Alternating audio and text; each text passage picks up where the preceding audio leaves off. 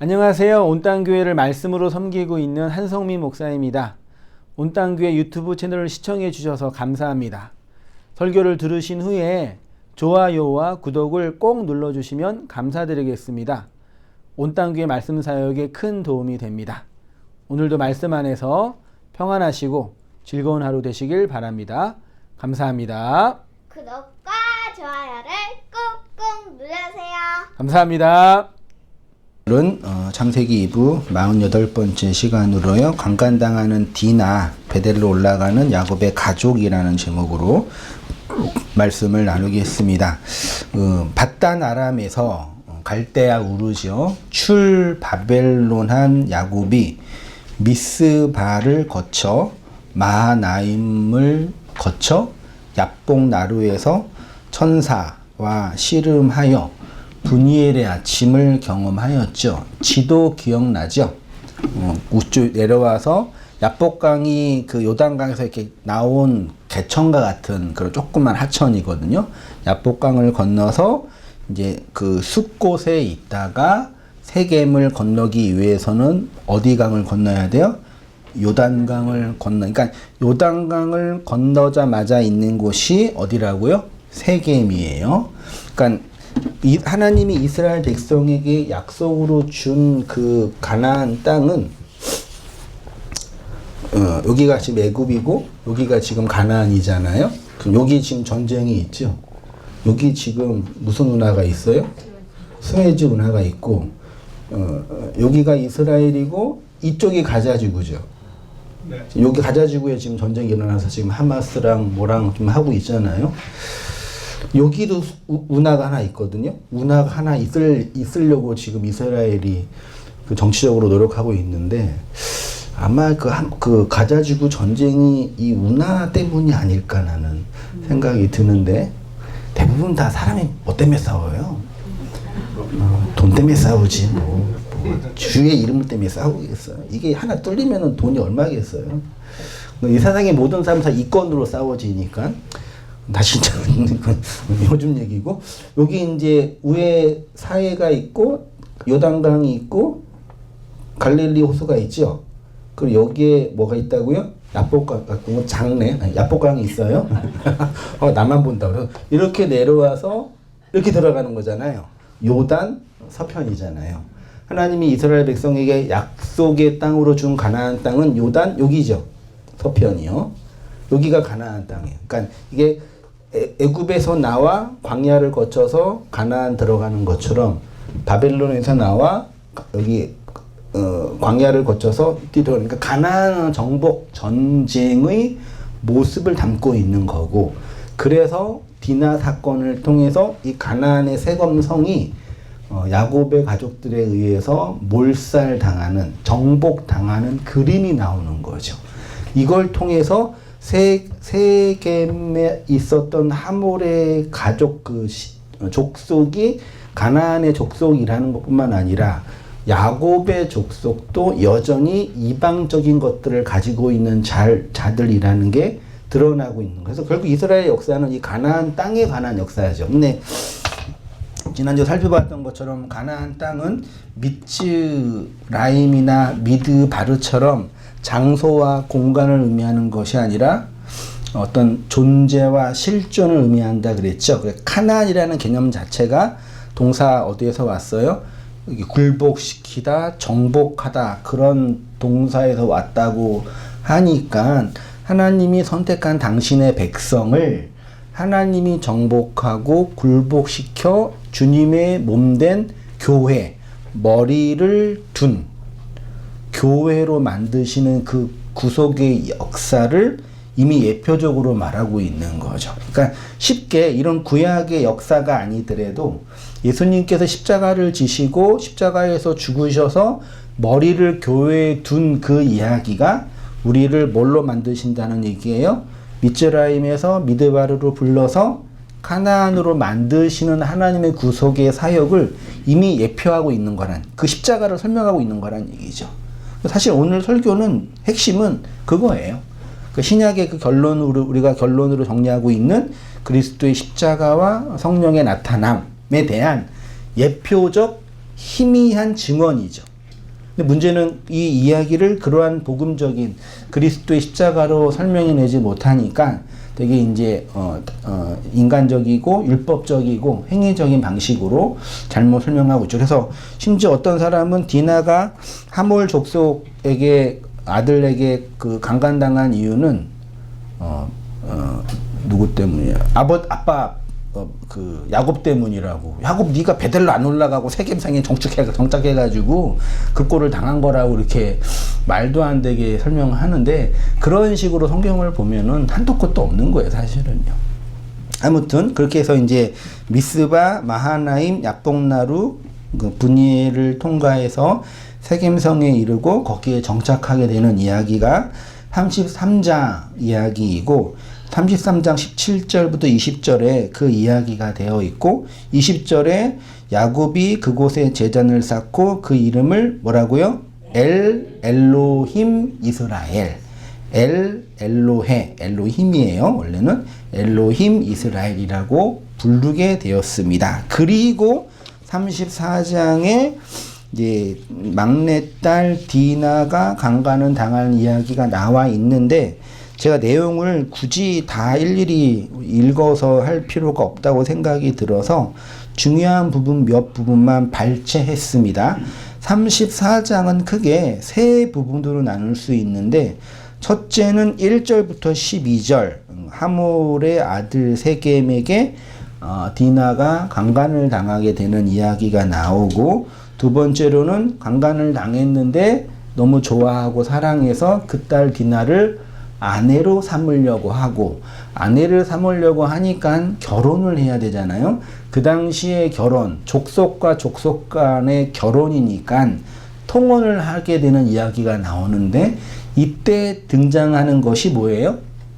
할례가 등장하게 되는 거예요.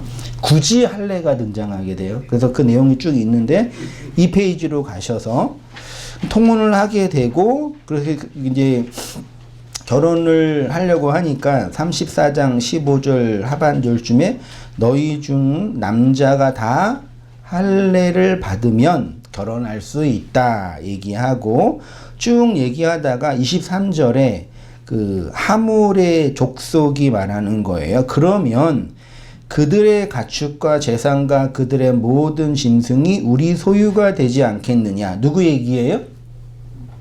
하몰 족속이 야곱 족속과 결혼을 하면 디나를 핑계로 결혼을 하면 걔네 것이 우리 것이 된다라고 지금 말하고 있는 거예요. 그러니까 결혼하자. 그러기 위해서 뭘 받아야 된다? 할례를 받아야 된다. 왜냐면은 야곱 족속이 할례하라고 조건으로 내렸으니까요. 그래서 세겜에 있는 모든 남자들, 심지어 동물들까지 할례를 시키게 되고 그것을 기다렸던 시므온과 레위가 할례 때문에 아파하였던 하몰의 족속에 있는 모든 사람들을 마치 가나안 정복 전쟁의 하렘의 진멸처럼 이 땅에 있는 그 하몰의 족속을 다 진멸하여 멸망시키게 되죠. 거기서 끝났으면 좋은데 그것 때문에 가나안 땅에 있는 다른 족속들이 야곱 족속을 뭐 하려고 그래요? 죽이려고 하는 것처럼 보여요. 나중에 본문에 보면은 하나님께서 다 뒤를 다 봐주시죠. 건들지 마 그렇게 하셨나 봐요. 그래서 이제 별일 없게 된 것처럼 보이는데 그 이야기가 34장의 내용의 이야기니까요. 본문은 한번 집에 가셔서 찬찬히 읽어보시기 바랍니다. 이 페이지 오른쪽 중간쯤이에요. 야곱 가족의 위기 있지요. 야곱 가족의 세겜 전쟁의 중요한 내용은 무엇일까요? 여기에 등장하는 것이 살인과 간음과 도둑질과 거짓말이 등장하지요. 그렇잖아요. 그 이야기가 고스란히 있어요. 살인, 간이 다 이게 다 네 가지가 하나죠. 살인하면 살인과 간음과 도둑질과 거짓말, 거짓 증거가 등장하고 중요한 종교 의식 중에 하나인 할례가 등장하게 돼요. 아마 그 당시에 할례는 하나님이 아브라함에게만 준 독특한 종교 예식이었던 것처럼 보여져요. 왜냐하면 하몰의 족속들은 그 일을 안 하고 있었으니까. 그 할례에 관한 이야기가 있습니다. 그러니까 살인, 간음, 도둑질, 거짓말은 소위 말해서 하나님 여호와 엘로힘의 계명과 관련된 내용이라고 한다면, 할례는 종교 예식, 종교 의식과 관련된 거죠. 한번 생각해 보세요. 아브라함과 이삭과 야곱이 믿고 있었던 하나님은 어떤 하나님일까요? 지금 개신교가 믿고 있는 하나님이에요? 네, 그래야죠. 근데 그때 그 하나님은 유대교도 믿었던 하나님이고 가톨릭도 믿었던 하나님인 거잖아요. 이슬람도 믿었던 하나님인 거잖아요.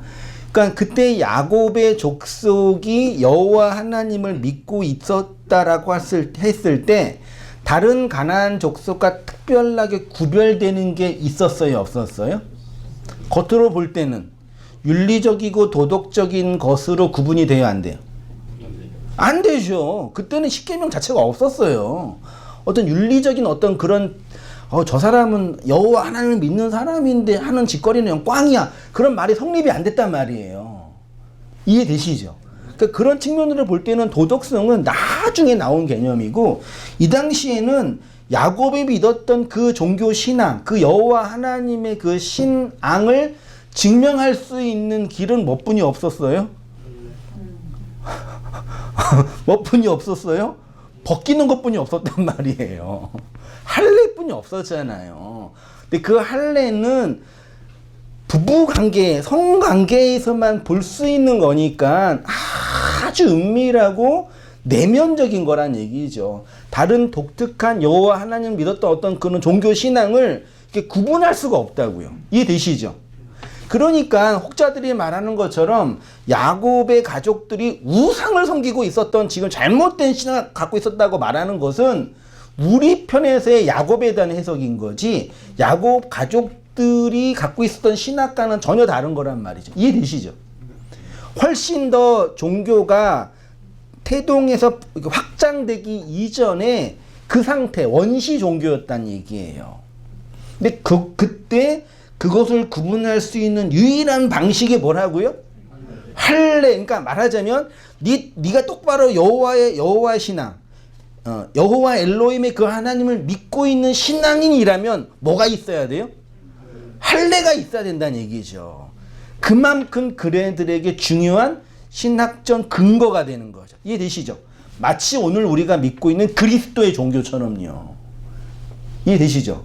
근데 그 할례를 지금 어떻게 사용하고 있어요?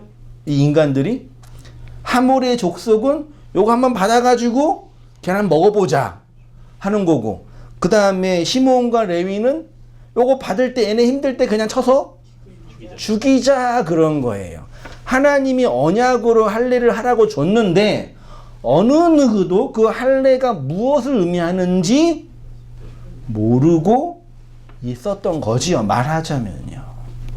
그것을 설명하는 방식이 살인과 간음과 도둑질과 거짓 증거라는 것을 설명하는 거죠. 요게 나중에 이제 모세에게 와가지고 10계명으로 확장돼 설명되는 거예요. 그 놀랍지 않나요? 그런 거 보면요. 예수님이 이미 산상수훈에서 강론하셨듯이 구약의 하나님이 이스라엘에게 주신 계명은 핵심적으로 10계명이잖아요. 우리가 알고 있는 것처럼 10계명은 아라비아 숫자가 말하는 1부터 10까지의 계명이 아니라 이러한 계명을 열이라는 말씀으로 주신 거죠. 그래서 앞에 있는 다른 신을 두지 말라, 우상을 만들지 말라, 망령되에 이르지 말라, 그 다음에 안식일을 지켜라, 부모를 공경하라는 앞에 5은 구약에서 다 뭐 해주셨어요? 설명을 해주셨고, 신약에 와서 예수님이 이 앞에 있는 5을 뭘로 설명하셨어요? 살인과 간음과 도둑질과 거짓 증거, 요거를 통합으로 설명해낸 것이 탐욕이라 그랬잖아요. 요걸로 다시 설명해 주시면서 구약의 종교를 그리스도를 통해서 계승시킨 거죠. 말하자면요. 구약의 율법 종교를 허무시고 그게 예수님이 완성한 10의 하나, 10을 마지막 하나로 완성하신 그 온전하게 한 하나님의 말씀이라고 우리가 많이 말씀을 나누었었지요. 그치요? 네.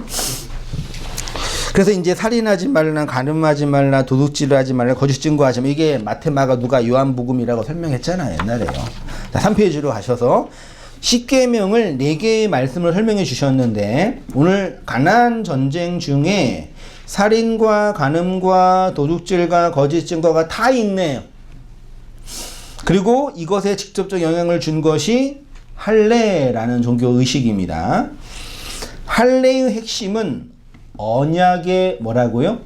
증표예요. 하나님이 준 언약을 설명하는 방식이 뭐라고요? 그게 할례란 말이에요. 그래서 할례를 언약을 위해서 할례를 주신 건데 세겜 사람들이 할례를 하게 된 이유는 겉으로 보면은 언약의 체결이지만 그 속내는 인간의 탐욕이 가득하죠.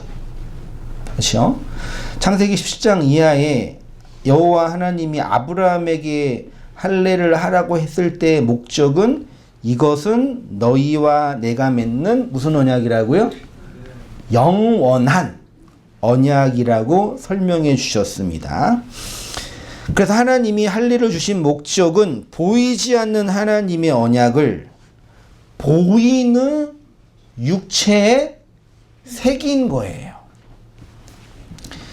그것은 야곱의 아들들도 마찬가지이겠죠. 이 할례를 통해서 세겜 사람들을 몰살시키려고 하는 거죠.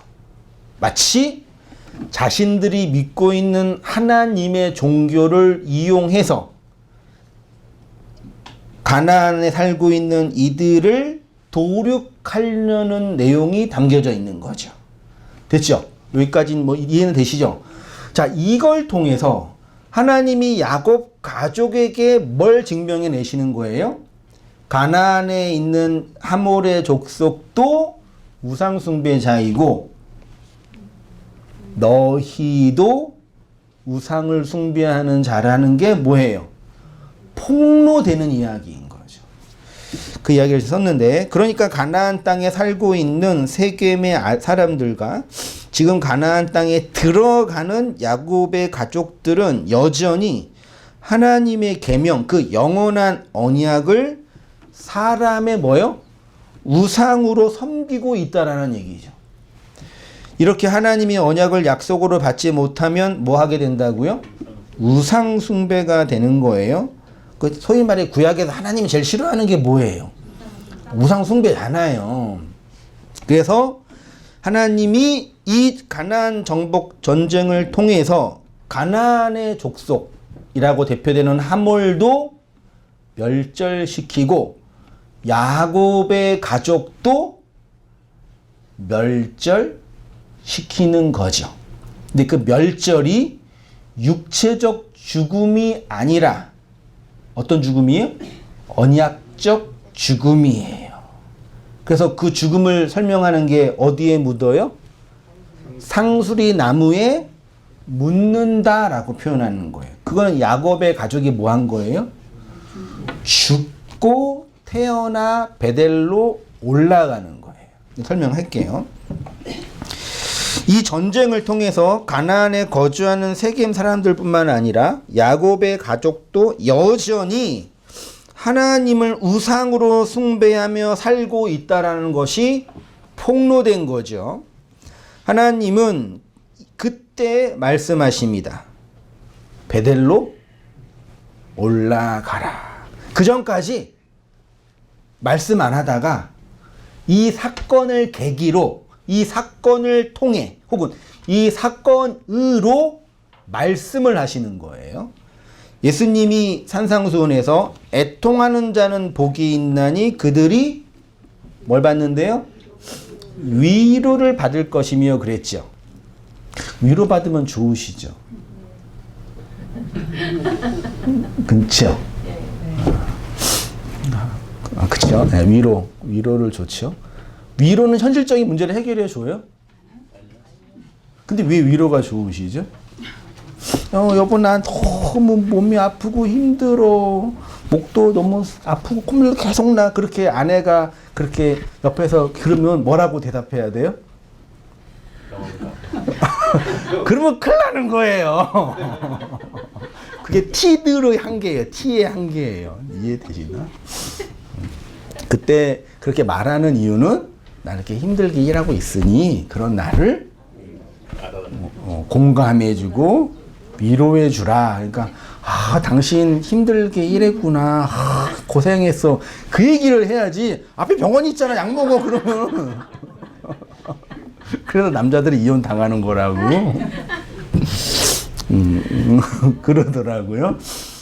그렇죠. 그런 거는 우리가 감정을 갖고 있는 존재니까 감정적인 위로와 공감인 거죠. 그 사람이 감정적으로 위로받고 공감을 받을 때 감정적인 힘이 생겨요. 감정적인 힘이 생기면 상황이 힘들어도 일단 괜찮아요. 되게 인간이 참 되게 이게 착각의 동물이니까요. 그래서요. 희한하죠.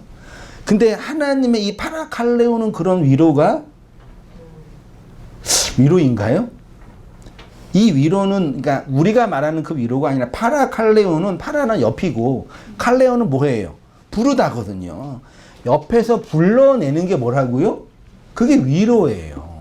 말씀을 던져서 그 말씀으로 하나님의 것으로 취하여 내는 게 뭐라고요? 파라칼레오라고 하고 그거를 한글로 위로라고 번역을 해버리니까 하나님이 그런 우리의 감정적인 것을 위로해 주는 분으로 우리가 만들어내는 거죠. 그래서 그런 식의 종교적인 예전이 마치 기독교의 핵심인 양 우리가 기도를 하거나 찬양을 할 때 감정적으로 동요나 위로를 얻잖아요. 그거는 파라칼레오의 위로가 아니라 그냥 우리의 이 토로와 노래가 주는 심리적 안정감 위로죠. 그것도 있으면 좋아요. 예.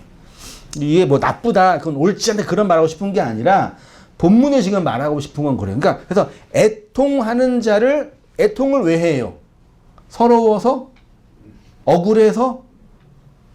그 우리 입장이 애통이고 이 애통은 뭐예요? 내가 우상 숭배 잘하는 게 죄와 악으로 가득한 잘하는 게 들통나잖아요. 내면 안에서. 그때 뭐해요? 아파하잖아요. 그거를 증명하려고 다윗이 굳이 그 간음의 죄를 범한 거예요. 그래서 자기가 이런 존재라는 게 들통나잖아요. 속에 있는 게 외적으로 드러난 거잖아요. 그때 하나님의 교회와 백성들은 뭐 한다고요? 애통한다고요. 그 애통을 하나님이 그래 너 그런 자가 됐어. 잡아서 불러내시는 거죠. 그러니까 미츠라임에서 애굽의 고통 때문에 애통하는 자를 불러내어 광야로 들이시고 광야에서 말씀을 주시어 가나안으로 세우시는 것이 하나님의 뭐라고요? 파라칼레오예요. 이 한 단어에도 하나님의 구속사가 다 담겨져 있는 거죠. 그래서 오늘 야곱의 가족들이 뭐 하는 거예요? 말하자면요. 애통하고 있는 거예요. 하나님이 언약을 준 언약 백성들은 우상 숭배로 말미암아 애통하고 가나안의 하몰의 족속은 우상 숭배로 말미암아 멸절당하는 거예요. 이게 다른 거예요. 혹은 그렇게 멸절당하여 나오는 거죠. 그래서 이렇게 35장 1절에 말하고 있습니다. 갑자기 내용이 바뀌죠. 하나님이 야곱에게 이르시되 일어나, 이 쿰이에요. 일어나 베델로 뭐예요? 올라가다는 건 뭐냐면은 땅 아래에서 위로 올라가라는 뜻이거든요. 이게 실제로 세겜보다 베델이 더 위에 있어요. 그리고 세겜이 훨씬 더 이렇게 뭐죠? 평야가 많이 있고 소위 말하는 살기가 좋은 노른자 땅이고 베델은 산 위에 올라가는 곳이기 때문에 살기 더 어려운 곳이라고 해요. 실제로도. 그래서 물리적으로도 올라가는 것이지만 내용적으로 이 아래의 세상에 있는데 그 애통으로 말미암아 위로 올라가라라고 말씀하시는 거예요. 은유적으로. 그리고 거기에 거주하며 내가 내 형 에서의 낯을 피하여 도망하던 때에 내게 나타났던 하나님께 제단을 쌓으라. 이 제단이 뭐예요? 동물을 죽여서 뿌린 곳이잖아요. 그쵸? 그 제단을 쌓지 않아요? 근데 나중에 보면 제단에 뭐가 뿌려져요? 피가 뿌려지나요? 아, 이 35장 뒤에 오셔서 다 읽으셨잖아요. 전제로 부어지잖아요. 술을 부어요. 제단에. 물론 이 본문에서는 희생제물을 바친 거는 없는데 전제가 부어진 게 있단 말이에요. 그럼 전제로 부어지는 건 죽음을 예표하는 거겠네요? 그 누구의 죽음이에요? 그 예수의 죽음 안에 함께 죽은 야곱의 죽음이 내포되어 있는 거죠. 이 이야기 안에요. 그렇게 이제 올라가서 제단을 쌓으라고 합니다. 2절부터 야곱이 이에 자기 집안 사람과 자기와 함께한 모든 자에게 이르되 너희 중에 있는 이방 신상들을 버리고 자신을 정결하게 하고 너희의 의복을 바꾸어 입으라. 우리가 일어나 베델로 올라가자. 내 환난 날에 내게 응답하시며 내가 가는 길에서 나와 함께 하신 하나님께 내가 거기서 제단을 쌓으려 하노라 하매. 그러니까 이 당시에 야곱이 믿었던 하나님이 요구했던 신앙은 뭐예요? 제단을 쌓는 거라고 표현하고 있는 거예요. 근데 재미있는 게 너희 중에 있는 이방 신상들을 뭐 하래요? 버리라 그랬죠. 실제로 라헬인가? 아버지의 드라빔을 훔쳤잖아요. 그게 이방 신상이기는 해요. 그 영물이라고도 하고 신전에 모시는 것처럼 가족 신을 모시는 것처럼 그거라고 하는데 단어의 원문을 보면은 이방 신상이 뭘로 되어 있냐면 네카르 엘로힘으로 되어 있어요. 네카르는 외국의 이방의란 뜻이고요. 엘로힘은 뭐예요? 하나님, 복수니까 직역하면 하나님들이에요. 그럼 직역하면 이방 신상으로 번역된 네카르 엘로힘은 이방의 하나님들이에요. 상이라는 건 있어요, 없어요? 없어요. 그러니까 우리가 흔히 말하는 것처럼 야곱의 가족이 그 당시에 유행했던 가나안의 다른 신들의 상들을 많이 가지고 있었고 그것들을 버리라라고 말하는데 이 본문에는 이방적인 신들 버리라는 얘기예요. 그러니까 물리적인 어떤 이 상, 신상 있잖아요. 그런 게 아니라 그네들이 지금 알고 있었던 하나님은 누구뿐이 없어요. 여호와 엘로힘 뿐이 없어요. 아니 야곱과 야곱의 가족이 무슨 신앙생활을 했겠냐고 생각해 보세요. 어떤 하나님을 알고 있었어요? 말씀이 있었어요? 기록된 뭐가 있었어요? 고작 해봐야 아브라함과 이삭, 할아버지, 증조할아버지, 아버지, 증조, 혹은 그 위세대가 만났던 하나님, 그 하나님이 요구했던 할례, 종교뿐이 없었단 말이에요. 여전히 가나안 땅에서 가나안이 다른 모든 족속이 풍요의 신으로 섬기고 있었던 그런 신들을 하나님으로 섬기고 있었던 거지요. 이해되시나요? 그러니까 좀 엄밀하게 말하면 예를 들어서 야곱의 가족이 바알이라는 신을 가나안의 신으로 섬기고 있었다고 쳐요. 예를 들어서 그 바알이 이네들에게는 누구예요? 여호와 엘로힘이라고요. 이해되셨어요? 뭐 다른 뭐 하나님이란 어떤 존재가 어떻게 이게 설명이 안 되잖아요. 아니 하나님 도대체 뭐예요? 하나님 나 좀 도와주세요 할 때 그 하나님은 뭐냐고요 도대체. 하나님께 자꾸 뭐라고 하면 기분 나빠하실지도 모르겠는데 우리가 신이라고 할 때 그 신은 이미 우리의 인식과 경험 속에서 감지하거나 소유할 수 있는 대상이 아님이에요. 그런 존재의 신을 우리가 끌어당겨서 내 손으로 잡고 있는 것 자체가 그게 우상이라고 하는 거예요. 그러면 우리는 어쩔 수 없이 참된 하나님이라고 할 때 그 하나님을 뭘로 섬길 수밖에 없어요?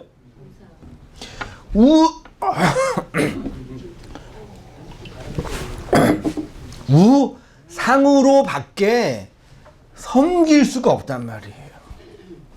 그래서 우리는 모두 하나님을 섬기고 있지만 우상을 섬기고 있는 거예요. 내가 원하는 그 상으로 혹은 그 시대가 원하는 그 상으로 혹은 그 당대의 문학 세상이 원하는 그 상으로 섬기고 있는 거예요. 오늘날 보편 기독교가 하나님 하면 떠오르는 그 상 있죠. 뭔지는 모르겠지만 그 상과 수천 년 전에 야곱의 가족들이 믿었던 그 상은 본질적으로 같은 거예요. 그래서 하나님이 가나안 땅에 그 헤렘, 그 멸망이 일어나게 보신 거예요. 똑같이요. 그렇게 우상으로 쉽게 말해 아래의 것으로 율법으로 하나님을 섬기고 있는 그 하나님과 내가 뭐 하는 거예요? 죽어야지만 이 아래의 땅 세겜에서 베델 위로 올라갈 수 있는 거예요. 그 일의 전제가 디나의 강간 사건 할례 이야기로 설명된 거예요. 그러니까 오늘 우리의 이 신학과 우리의 이 기준으로 이방 신상들을 버리고 자신을 정결하게 하고 의복을 무슨 의복으로 바꿔 입으라는 얘기예요? 네? 뭐 그동안 입었던 옷은 나쁜 옷이고 뭐 새로운 옷을 입으라 새 옷 입으라는 얘기예요? 우리의 관점으로 볼 때는 이네들이 여호와의 참된 신앙을 저버리고 가나안의 왜곡된 우상을 섬기고 있다고 생각하는 거예요. 그렇게 말해놓고 우리는 마치 참된 하나님을 믿고 있는 사람이라고 정해놓는 거죠. 모든 관주나 성경 해석이 다 그래요. 아니라니까요. 모든 인간을 그 초월주인 그 하나님을 자기네의 상으로 믿을 수밖에, 섬길 수밖에 없는 거예요. 그래서 참된 영적인 종교에만 뭐가 있어요? 그 우상으로 섬기고 있는 그 상을 무너뜨릴 뭐가 있어요? 말씀이 있는 거예요. 참된 종교에만. 그리스도의 종교에만, 제가 종교라고 써도 그렇지만 그리스도의 교회만 우상으로 섬기고 있는 그 하나님을, 자신들의 욕망으로 투영된 그 상을 섬기고 있는 하나님을 무너뜨릴 뭐가 있다고요? 말씀. 그 말씀도 결국은 성령이잖아요. 그 영이 있는 거예요. 오직 그 영으로만 인간의 우상 숭배가 뭐예요? 무너지게 되는 거라니까요. 다른 모든 종교는 뭘 강화해요? 자신들의 우상 숭배를 뭐예요? 강화해요. 내가 믿고 있는 이 하나님을 뭐예요? 강화한다고요. 다 하나님 말하지만 그 하나님은 누구의 하나님이에요? 네가 만들어낸 하나님, 그 단체와 그 신념이 만들어낸 하나님. 아니 솔직히 신천지라는 그 집단이 믿고 있는 그 하나님과 제가 믿고 있는 그 하나님이 같아요, 달라요? 그걸 같다고 그러면 큰일 나는 거죠.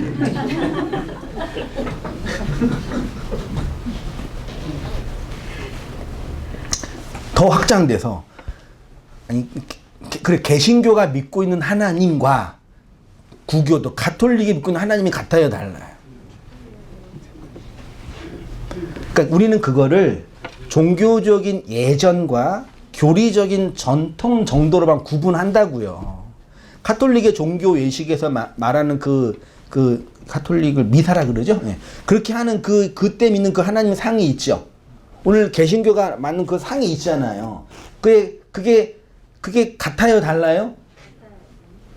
다르지만 같잖아요. 무슨 말씀인지 이해되셔요? 그러니까 참된 종교는 그 상으로 만든 그 우상을 무너뜨리는 초월해서 떨어지는 그 말, 영이 있다고요. 그러니까 그 말, 영을 받지 못하는 모든 그리스도인들은 우상 숭배자예요. 그 영, 그 진리의 말을 받지 못하는 모든 교회 다니는 분들은 다 우상 숭배자예요. 이런 좀 되게 무시무시한 말을 하고 있네요. 이해되셔요? 이해 안 되셔요? 되시죠?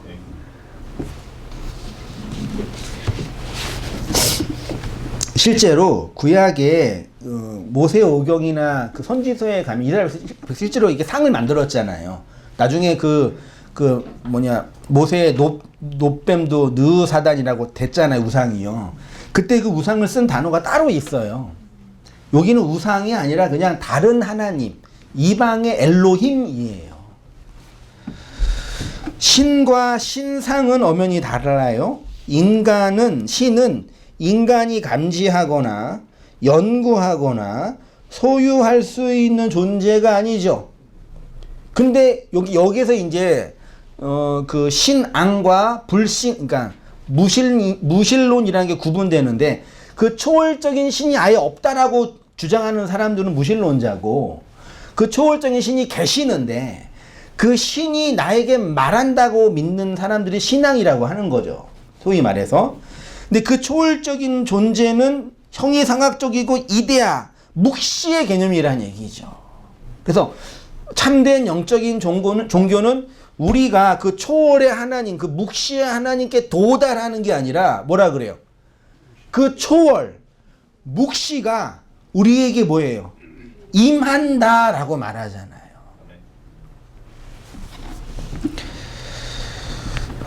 물론 4절에 가면은 자기 손에 있는 이방 신상, 이방 신들이라고 표현, 손에 이방 신들이 있는 거예요. 엄밀한 의미에서 상이라고 하면 안 되는 겁니다. 그래서 신이 자기 손에 있어서 자기가 신을 소유하고 조종할 수 있다는 신관 자체가 이방 신의 개념인 거죠. 야곱은 그런 잘못된 신관을 버리라, 이 말을 누가 하고 있어요? 야곱이 가족들에게 하는 거예요. 하나님이 야곱 족속에게 한 게 아니라 야곱이 그네 가족들에게 하고 있는 거예요. 4절과 5절 본문 보이세요? 4페이지에 같이 읽어보겠습니다. 시작. 그들이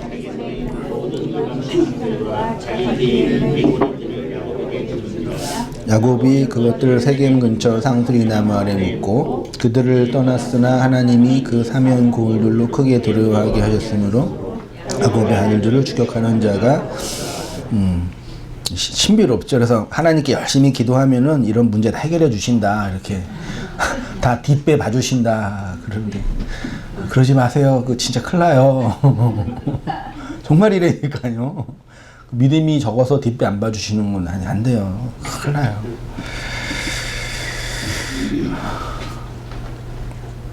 이제 핵심이 그거죠. 이방 신상들을, 기고리들을 이제 어디에 묻어요? 세겜 근처 상수리 나무 아래 묻죠. 상수리 나무가 그 상수리 나무예요. 네, 그 상수리 나무.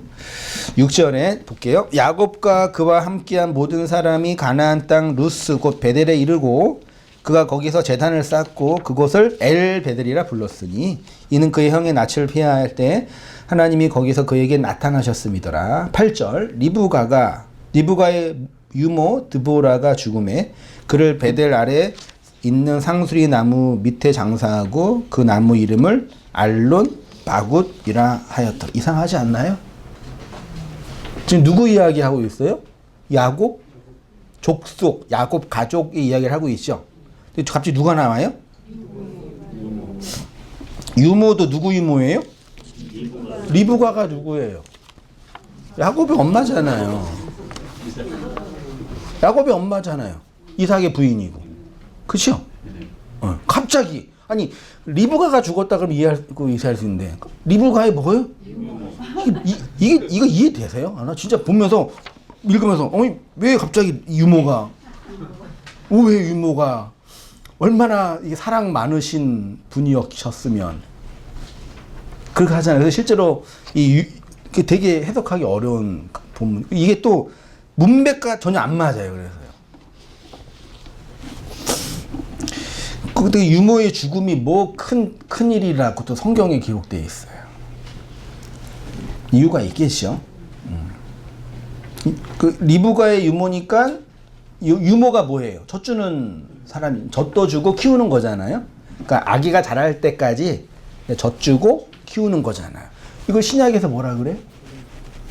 초등학문 몽학선생이라 그러잖아요. 그렇죠? 또 그럴 것이, 그러니까 야곱과 에서는 이 리브가의 젖을 유모의 젖을 먹으면서 자랐을 거죠. 그렇죠? 근데 이 드보라가 어디에서 온 단어라고요? 다바르에서 왔어요. 다바르는 뭐예요? 다바르, 다바르, 광야, 다바르 말씀이잖아요. 그러니까 젖을 주는 말씀. 그 유모가 이 베델 사건 속에서 뭐 한 거예요? 죽은 거예요. 그걸 굳이 8절에 넣어요. 저는 이걸 딱 보고 소름이 돋아가지고, 돋아가지고, 저만 그랬지만, 놀랐어요. 그래서 굳이 이렇게 설명해 주신 거구나.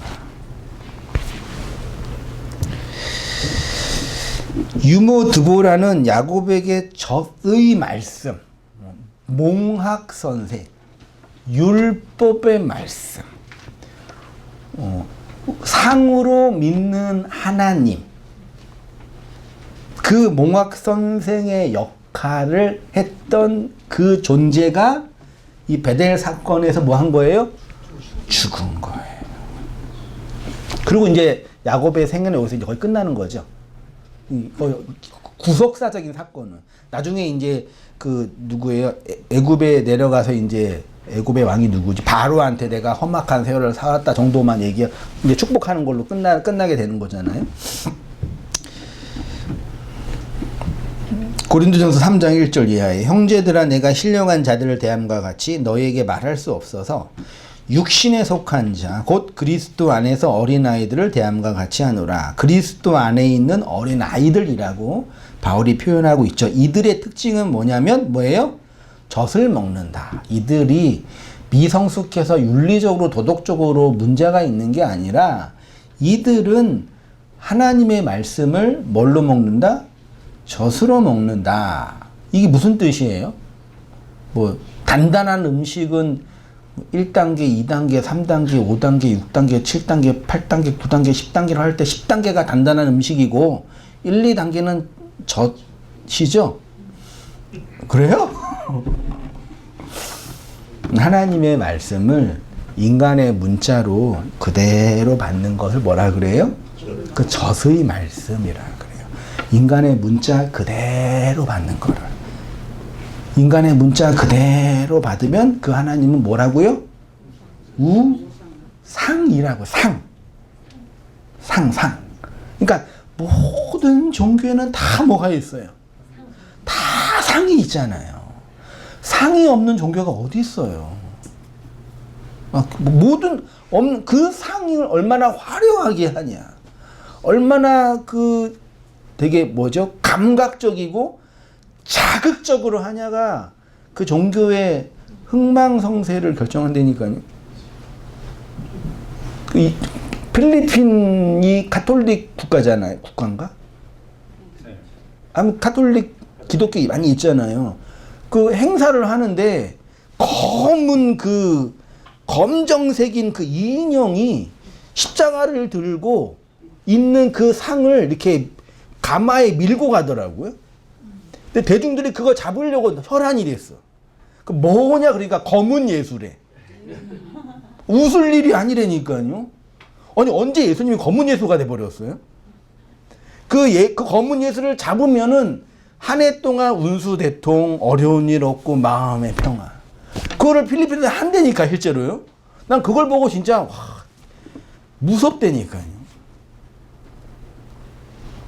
그렇게 상을 만들어낸다니까요. 아니 그거나 오늘날 실제 서울역에 가면은 복음 전하는 어떤 할아버지 십자가 들고 다니신다면서 이렇게 끌고 다닌다면서요.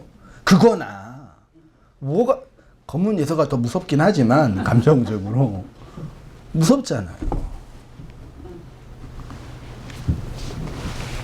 그러니까 초월적인 하나님이라는 존재가 인간의 탐욕, 십계명의 마지막이에요.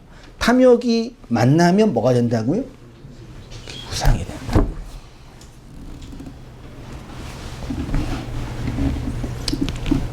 히브리서 5장 11절 이하 보세요. 멜기세덱에 관하여는 우리가 할 말이 많으나 너희가 듣는 것이 두나무로 설명하기 어려우니 멜레크 ጼ데크죠. 말라크 말씀, ጼ데크 의의 말씀 누구예요? 그리스도잖아요. 영으로 임하는 그 말은 아직 모르잖아. 12절에 때가 오래되었으므로 너희가 마땅히 선생이 되었을 터인데 너희가 다시 하나님의 말씀의 초보에 대하여 누구에서든지 가르침을 받아야 할 처지니 단단한 음식은 못 먹고 뭐예요? 젖이나 먹어야 할 자가 되었도다. 다시 옛 계명 월삭과 할례와 율법으로 돌아가는 히브리인 된 자들에게 다시 얘기하는 거예요. 니네 건너온 자들이라며. 이불이 됐다며. 건너왔다며. 여기 다시 또 돌아가니. 그 얘기하는 거예요. 13절에 이는 젖을 먹는 자마다 어린아이니 의의 말씀을 ጼ데크예요. 디카이오시네요. 의가 뭐예요? 그리스도잖아요. 그리스도의 그 말을 모르는 자이잖아. 그 얘기하는 거예요. 아니 니네 몸뚱아리 족속만 이불이 됐는데 내용은 여전히 그 애굽 바벨론에 있잖아. 그 얘기하는 거라니까요. 14절에 단단한 음식은 장성한 자의 것이니 그들은 지각을 사용함으로 연단을 받아 선악을 분별한다 라고 표현하죠. 단단한 음식을 드시고 계시죠? 네. 의의 말씀을 경험하고 계시죠? 뭔지 아셔야 돼요. 바울은 육신에 속한 자, 그에게 썼습니다. 의의 말씀을 경험하지 못한 자들이 젖의 말씀을 먹는다고 했어요. 야곱의 생애 중에 이방 신상들과 귀고리를 세겜 상수리 나무에 묶고 베델로 올라가 엘 베델의 하나님을 부른 야곱의 가족 중에 젖을 준 드보라가 죽었고 그녀의 죽음을 어디에 묻었다고요? 한글로 뭘로 돼 있죠? 알론 바구로 돼 있죠.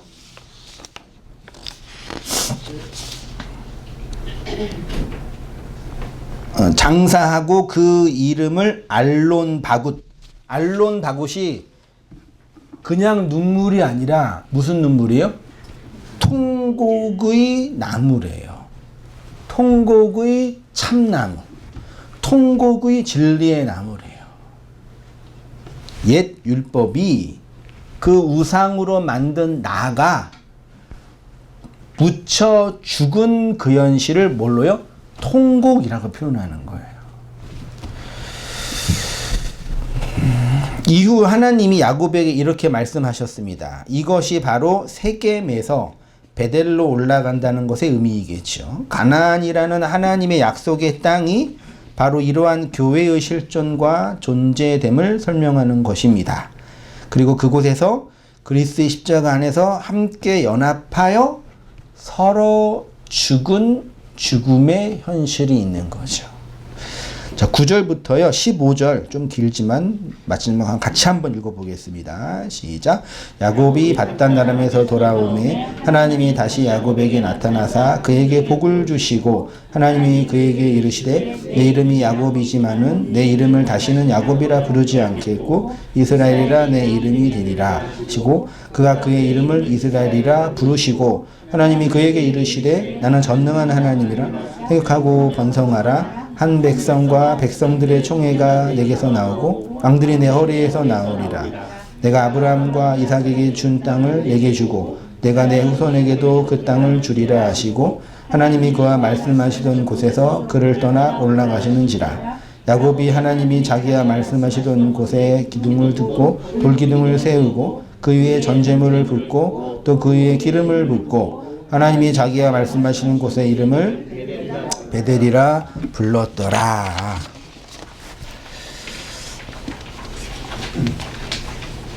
야곱의 이름이 언제 개명됐어요? 야복 나루를 건널 때 천사와 씨름하면서 이스라엘이라 불렀잖아요. 근데 실제로 불려진 것은 35장에서 불려지는 거예요. 알론 바굿에서 유모 드보라가 죽고 난 이후 너가 이스라엘 하나님과 말씀과 겨루어 눈물로 겨루어 이겼다 그랬잖아요.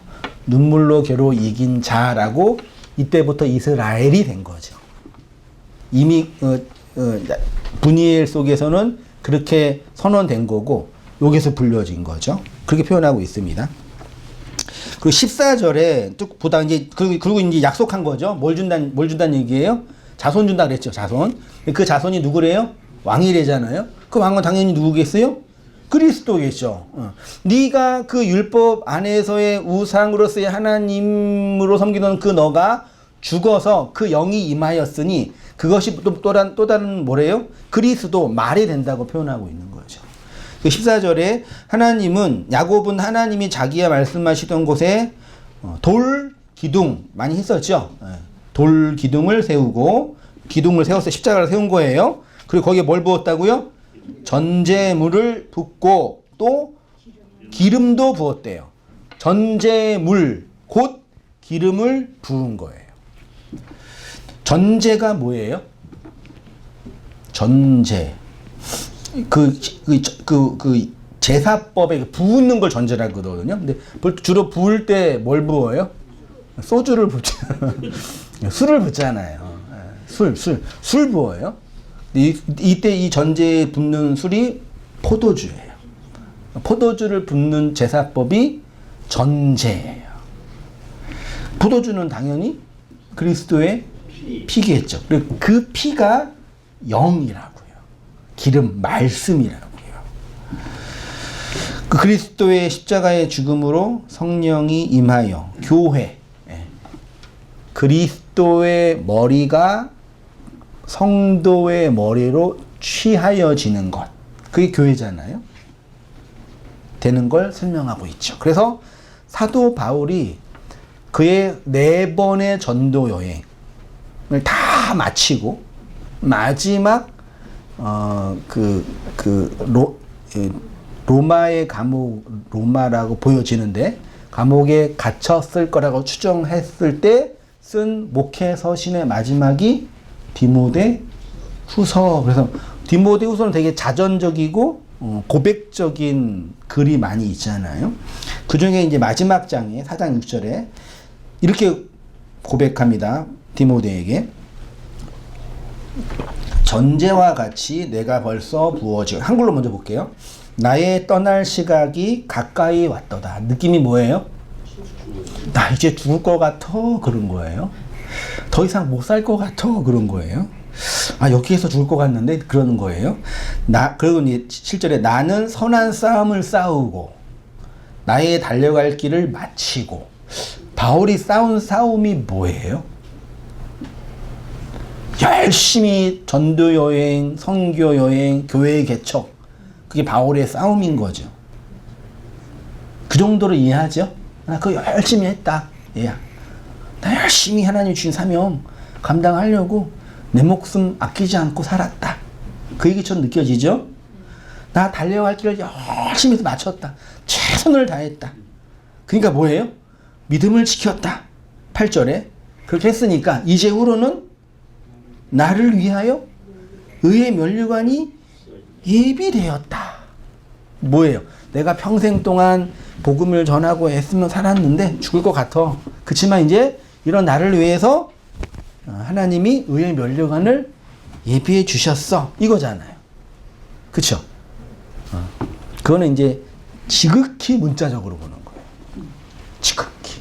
그 바울 입장에서 한번 생각해 봅시다. 바울 입장에서 평생 동안 전도 사역을 하다가 감옥에 갇혀서 죽을 날 기다리고 있는데 그의 유일한 소망은 죽어서 천국 가가지고 주님이 나한테 의의 면류관 주시는 거. 그걸 소망하면서 있었을까요? 그렇게 있었다고 얘기를 해야지 교회 다니는 분이 되는 거예요. 바울 입장을 보자 이 얘기예요. 바울이 나를 위한 그 의의 면류관 요걸 헤어준 것이 그걸 기대하면서 그 천국을 희망하며 사는 게 바울의 어떤 위로였을까요? 그런 지극히 우리 입장에 대한 표현이에요.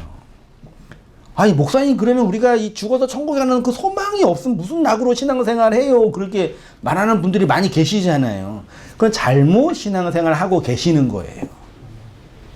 심지어 어떤 분들은 내가 전도를 많이 하고 열심히 노력했으니까 천국에 가면은 지금은 내가 15평 아파트에 살지만 거기는 500평이래. 앞에 1000평의 전원도 있대.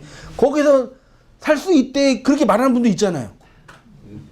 그게 현존하는 그리스도인의 소망이면 그거는 진짜 우상숭배예요. 바울이 그런 미래적 소위 내세라 그러죠. 내세라는 단어 자체가 성경에 없는데 내세에 대한 소망을 품고 현재를 견디고 있었다고요? 그랬을까요 정말요? 제가 직접 만나 뵙지는 않았지만 그분의 글들을 찬찬히 보면은 그렇지 않았을 것 같아요. 일단 바울은 내가 부어진대요. 전제로 부어진대. 이게 직설 현재 수동이에요. 내가 부어짐을 당하는 거예요, 지금. 그리고 이제 나의 떠날 시각이 가까웠다 그랬죠. 떠날이 뭐래요? 아날리오스라는 단어인데 이게 풀어주다 혹은 완성하다 그 뜻이에요. 내가 완성될 시각이 있죠. 이게 카이로스예요. 그 카이로스의 시간이 가까이 왔다는 이게 에피스템이에요. 내가 완설된 카이로스의 그 지점이 세워졌다. 그 다음에 7절에 나는 선한 싸움을 싸우랬죠. 싸움이 뭐예요? 히브리 헬라어로 아곤이라는 단어인데 이게 아고예요. 아고가 뭐라고요? 인도하다예요. 인도하다. 양떼를 인도하는 목자가 양떼를 인도하잖아요. 인도하는 거. 하나님의 말씀이 교회를 인도하는 거. 그것의 명사형이에요. 그걸 싸움이라고 설명한 거예요.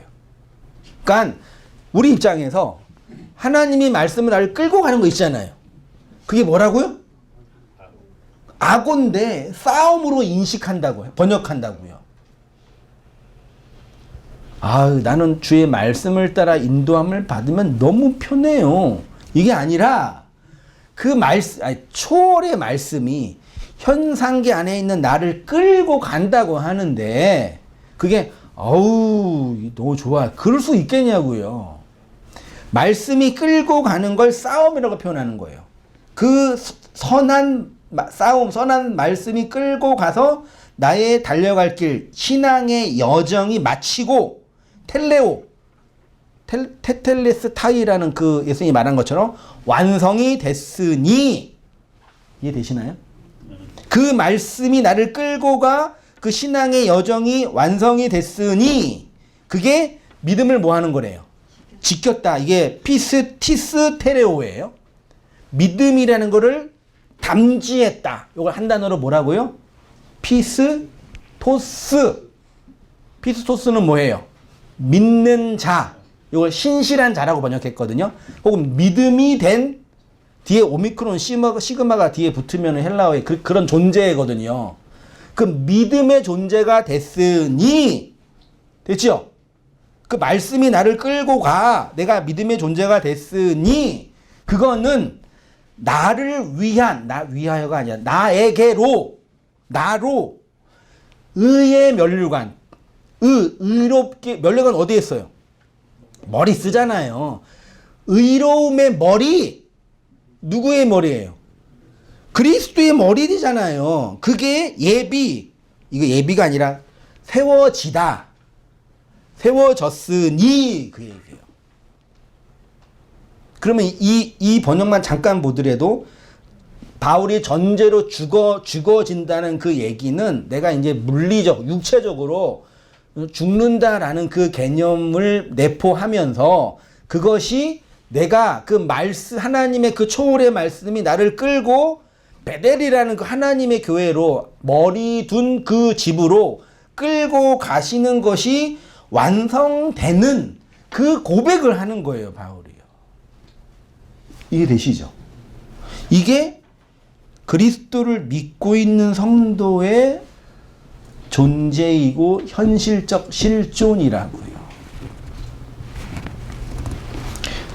그 말씀이 없으면은요, 똑같이 세겜 사람들처럼 하나님을 상으로 만들어 버려서 자기의 상을 따라 살아가는 존재가 돼요.